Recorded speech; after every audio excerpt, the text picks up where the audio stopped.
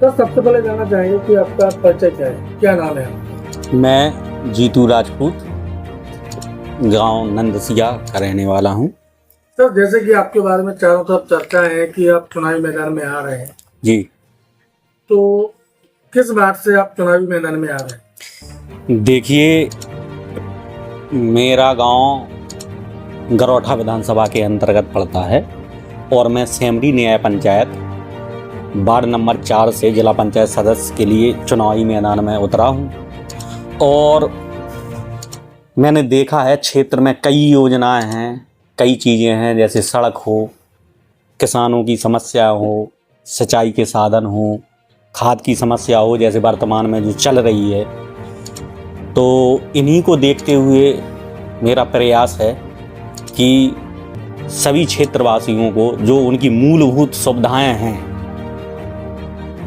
हालांकि क्या है कि हमारे यहाँ से जैसे माननीय विधायक जी हैं जवाहरलाल राजपूत, उन्होंने कई योजनाएं, शायद है कि उनका प्रदेश में नाम होगा, इतने जो क्षेत्र में योजनाएं चलाई हैं और हर किसी की जो समस्याएं हैं उनको निपटाने का काम करते हैं। सड़क देख लो, हमारे क्षेत्र में चाहे कुछ भी देख लो, विधायक जी का विशेष योगदान है और वो लगातार लगे रहते हैं।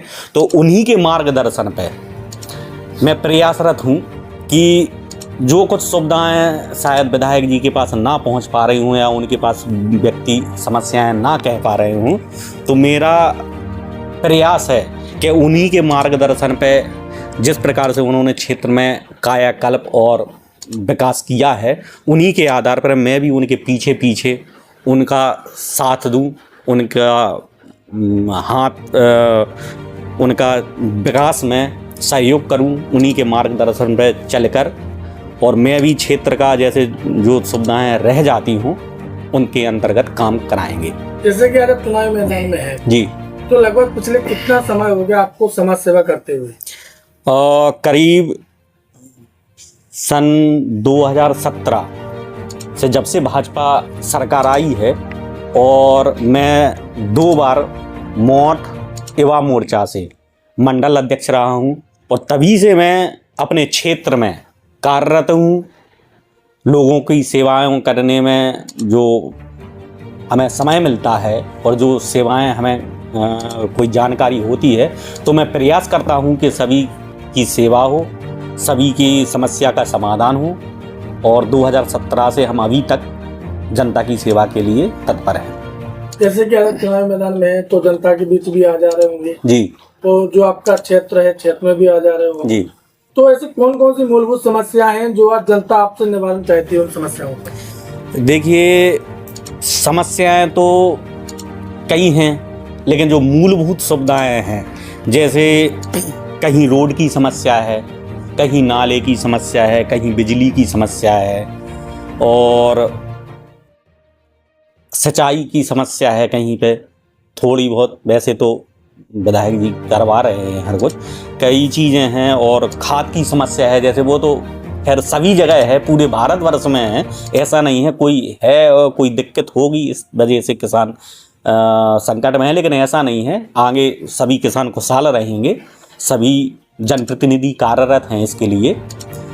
तो बस यही सुविधाएं हैं कि जो किसानों के मुद्दे हैं, खास तौर से किसान के लिए जो अपन कर सकते हैं, उसके लिए अपन सभी कार्य करेंगे। अगर बात की जाए शिक्षा व्यवस्था की, जी, तो अभी आपके क्षेत्र में शिक्षा व्यवस्था किस प्रकार से संचालित हो रही है? देखिए, शिक्षा व्यवस्था ज़्यादातर हमारे क्षेत्र में जहाँ तक है कि जिन गाँवों में स्कूल हैं वहाँ तक देखिए सुविधा तो ऐसी है कि जैसे स्कूल के लिए मेन चीज़ है सड़क, कि बच्चा वहाँ तक अच्छे से पहुँच जाए। तो हमारे हिसाब से तो शिक्षा व्यवस्था ठीक है। और शिक्षा व्यवस्था के लिए देखो, सर्वोपरि क्या होता है कि गार्जियंस को भी अपने बच्चों पर ध्यान देना चाहिए, गार्जियंस भी इस चीज़ पे ध्यान दें। और अगर कोई समस्या आती है, जैसे शिक्षक के द्वारा या कोई बात हो, तो क्षेत्र के लोग अपन से कह सकते हैं, हम भी। जैसे कि आपने कहा गार्जियंस की जिम्मेदारी होनी चाहिए, जी, लेकिन कई विद्यालय ऐसे भी हैं जहाँ टीचर समय से जाते ही नहीं है, हाँ समय से पहले ही विद्यालय बंद कर दिए जाते हैं। हाँ, तो वही मैं कह रहा हूँ, जैसे समय से पहले अगर विद्यालय बंद किए जा रहे हैं तो ये अपना भी दायित्व होता है, ग्रामवासियों का दायित्व होता है, जो गार्जियंस का दायित्व होता है कि शिक्षक समय से पहले स्कूल बंद क्यों कर रहा है, हमारा बच्चा सही से पढ़ रहा है कि नहीं पढ़ रहा है, जो उसमें आहार का जो मिड डे मील का जो चलता है, बच्चों को सही खाना मिल रहा है कि नहीं मिल रहा है। ये अपनी भी कुछ जिम्मेदारियां होती हैं। जब अपन ढीले पड़ेंगे तो शिक्षक को क्या है, भाई शिक्षक भी कई अच्छे शिक्षक भी हैं कि जो अपना जो उनका कार्य है वो अपना बहुत अच्छे तरीके से काम कर रहे हैं। कुछ इक्का दुक्का हैं शिक्षक,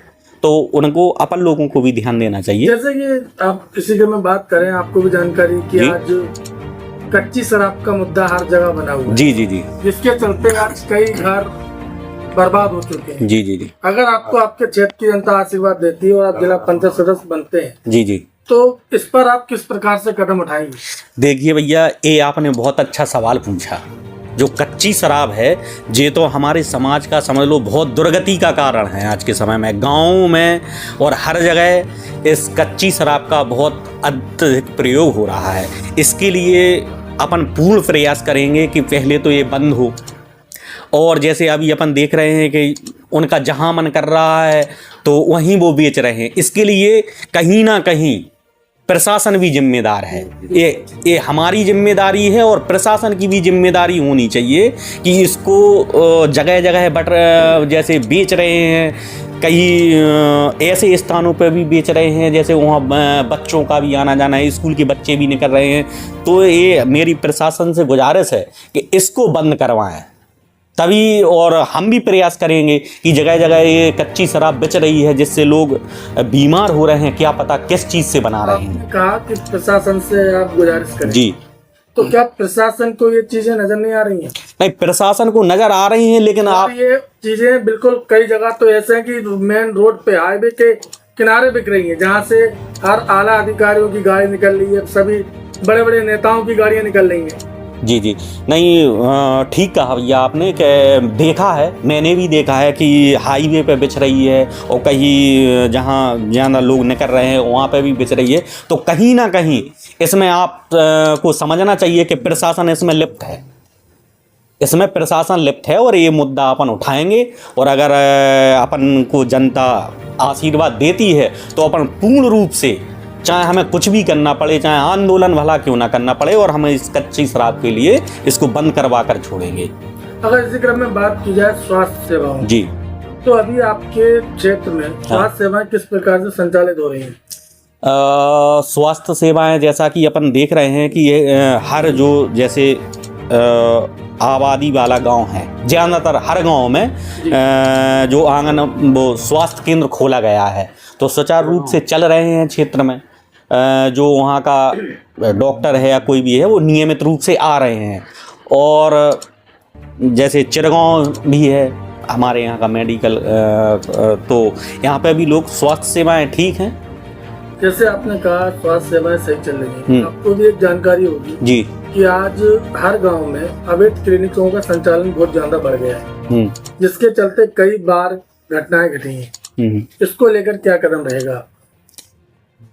इन क्रियाओं को अपन बंद करवाएंगे।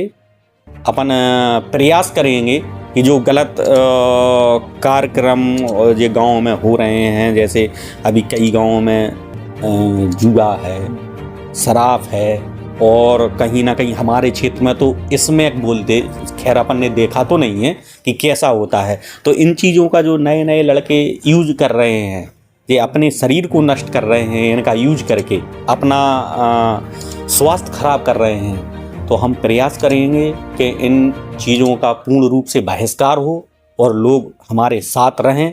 इन चीज़ों के लिए अपन बिल्कुल आंदोलन करेंगे, सक्रियता से इनका निवारण के लिए अपन प्रयास करेंगे। और क्षेत्र से भी मेरा निवेदन है कि वो सहयोग करें इन चीज़ के, क्योंकि ये इसमें देख रहे हैं कि अपना जो बच्चों का भविष्य है ये बर्बाद हो रहा है। जैसे कि सर आपको जानकारी कि आने वाले कल में दीपावली, धनतेरस और भाई दूज भी आ रही है। जी जी, तो इन पर्वों को लेकर क्या संदेश रहेगा सभी क्षेत्रवासियों के लिए? हाँ, तो मैं अपने सभी क्षेत्रवासियों को और अपने सेमरी न्याय पंचायत वासियों को मैं शुभकामनाएं देता हूँ, दीपावली की शुभकामनाएं देता हूँ, धनतेरस की शुभकामनाएं देता हूँ। ये अपना त्यौहार भली भांति अच्छी तरीके से मनाएं और बस यही कामना है। धन्यवाद।